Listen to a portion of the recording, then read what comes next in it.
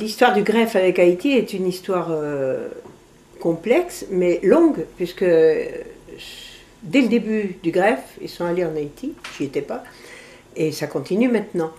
Ce qui peut m'avoir marqué, c'est que malgré l'apparent désordre de ce qu'on y a fait, parce que c'est un pays difficile, qui a des difficultés énormes, qui est extrêmement cloisonné, où les transports sont épouvantables, moins maintenant.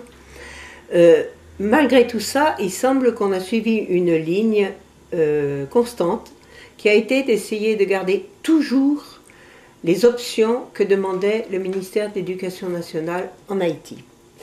Ça a commencé par la contribution du greffe à un projet bilatéral, de collaboration bilatérale France-Haïti, important, avec des expatriés en nombre, auquel le greffe s'est ajouté pour monter là-bas une sorte d'IUFM, enfin un institut de formation des maîtres, qui, bon an mal an, à travers des difficultés épiques, est arrivé à se faire, qui existe toujours.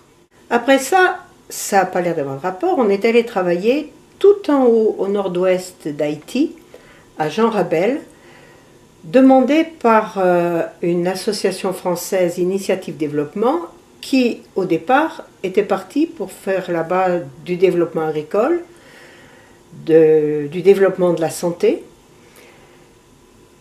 de la lutte contre le sida, et puis qui s'est trouvé obligé de faire des écoles, parce qu'il y avait des orphelins et des restes avec partout dans la ville qui n'allaient pas à l'école. Ils ont fait appel au greffe, et c'était donc un lieu très lointain, d'autant que les communications sont difficiles, mais il se trouve que on a beaucoup appris de Initiative Développement, parce qu'immédiatement, ils ont voulu que leur école débutante soit liée par contrat avec le ministère de l'Éducation nationale, dans un pays où il y a très peu d'écoles publiques. Et donc, on a suivi depuis, maintenant ça ferait 14 ans, le développement de cette école qui a commencé par une classe, petit à petit jusqu'à une école complète de 9 classes, c'est-à-dire l'école fondamentale. Et là, ils se sont rendus compte, bien que ceux qu'on avait formés étaient sémés dans tout le coin, que jamais on y arriverait. Parce que ce coin est tellement déshérité que ceux qui sont formés partaient tous. Donc ils ont dit, il faut qu'on fasse une formation de maître, une école normale. Et ils ont fait une école normale, ils n'avaient jamais eu. On l'a fait avec eux. Et cette école normale existe toujours. Elle forme des maîtres pour tout le département, c'est le département du Nord-Ouest. Et elle a été prise comme modèle par le ministère de l'Éducation nationale. Cependant, beaucoup de ministres se sont succédés. En 2006, on nous a demandé de venir pour faire une expertise des autres écoles normales en Haïti.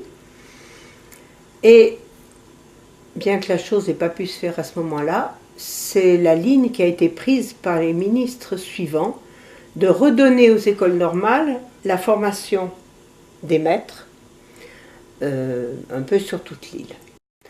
Par ailleurs, ce qui m'a beaucoup frappé, c'est que Initiative Développement, donc une organisation, une ONG française, en 2009, a passé les commandes de tout ce qu'ils avaient fait là-bas, c'est-à-dire à la fois l'agriculture, la santé, le microcrédit, le travail de l'eau et le programme scolaire à des Haïtiens, à un Haïtien qui travaillait avec eux, qui donc Moser François, qui a pris en charge dorénavant tout ça pour toute la moitié du bas nord-est, tandis qu'eux allaient refaire une chose semblable avec le partenariat du greffe, toujours, dans le haut nord-est.